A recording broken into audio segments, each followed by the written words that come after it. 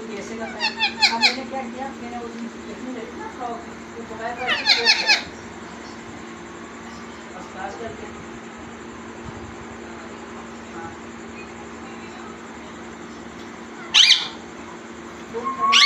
आपको से बांध दिया, जब भी खराब निकलेगा तो उसमें खराब नहीं कराएगा।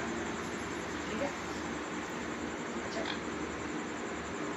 नहीं नहीं नहीं, हमारा गोश्त इतना जमा ही नहीं हुआ, गरम गरम सारा गरम होना है। अच्छा अब अगर वो मटन हुआ, अगर वो हुआ बीफ हुआ तो उसको मैं कल जुम्मा में मारूंगी। ठीक है, हाँ हाँ उसको क्योंकि मैंने जो बड़ा गोश्त, हाँ अच्छा फिर अगर वो आगे